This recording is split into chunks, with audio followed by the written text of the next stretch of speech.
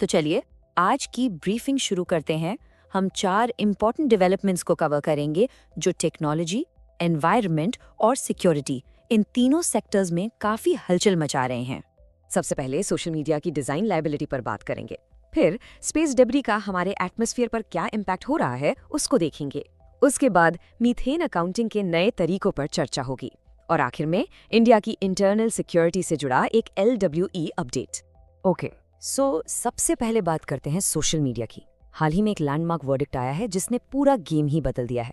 अब फोकस इस बात पर नहीं है कि आप या हम क्या पोस्ट कर रहे हैं, बल्कि इस पर है कि इन प्लेटफॉर्म्स का डिजाइन ही कैसा है। अब इसे समझने के लिए पहले सेफ हार्बर प्रिंसिपल को जानना जरूरी है। देखिए, अब तक क्या होता था कि अमेरिका में सेक्शन 230 और इंडिया में सेक्शन 79 इन कंपनीज को एक तरह का लीगल शील्ड देता था। मतलब अगर कोई यूजर कुछ गलत पोस्ट करता है तो उसकी जिम्मेदारी प्लेटफॉर्म की नहीं होती थी।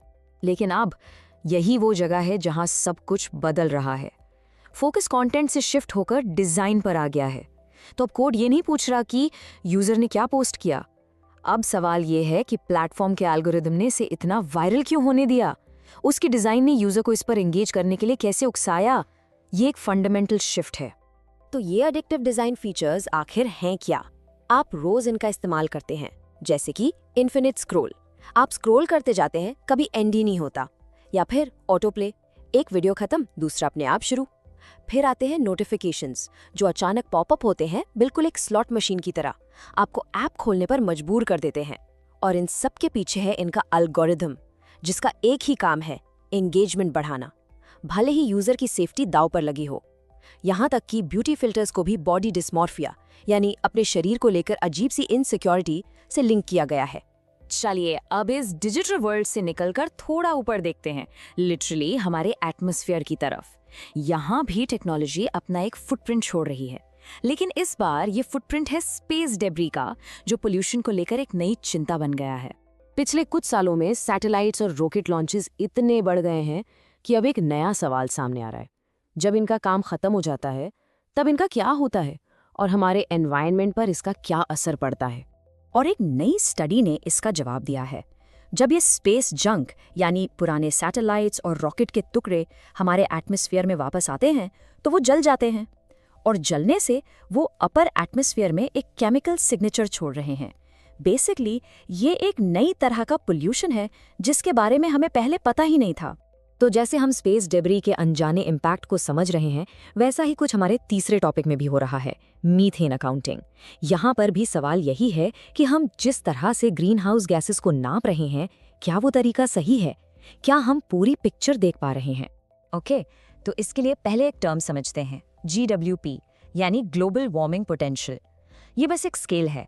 इससे हम अलग अलग गैसेस की हीट ट्रैप करने की पावर को CO2 से कंपेयर करते हैं, और यूजुअली ये 100 साल के टाइम पीरियड पर देखा जाता है। और जब हम इस स्केल पर मेथेन को देखते हैं तो पता चलता है कि ये CO2 के मुकाबले 28 से 30 गुना, जी हाँ 28 to 30 टाइम्स ज्यादा पावरफुल है हीट ट्रैप करने में। सोच के देखिए ये कितना बड़ा डिफरेंस है। पर कहानी यहाँ खत्म नहीं होती। अब एक्सपर्ट्स कह रहे हैं कि सारी मीथेन एक जैसी नहीं होती।